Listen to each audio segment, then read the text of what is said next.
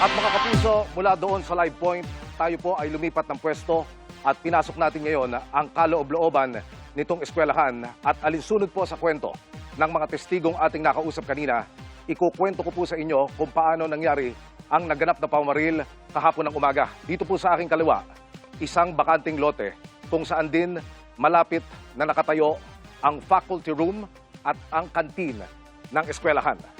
Ang sinasabi ho ng mga nakakita at nakarinig ng kaguluhan, sa lugar na ito, unang narinig ang unang bugso ng mga putok ng baril. At kung inyong makikita, narito pa ho mga kapuso, ang markings ng soko, dyan ho tumalsik yaong mga basyo.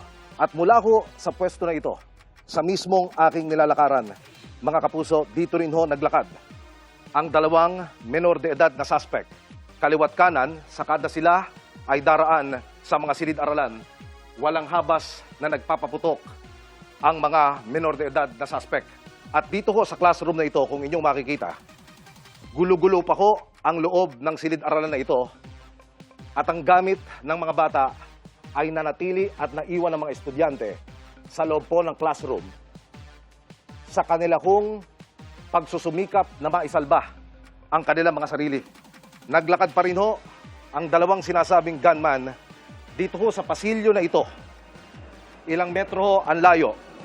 At ayon ho doon sa ating nakausap, mabagal at hindi nagmamadali, relax na relax, yun hong mga minor de edad na suspect habang tinatahak ang pasilyong ito hanggang sa makarating po dito sa open space na ito kung saan naman nakatirik ang gitnang gusali.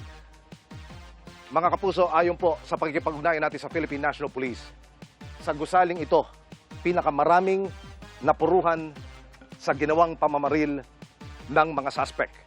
At hindi pa ho natapos dyan.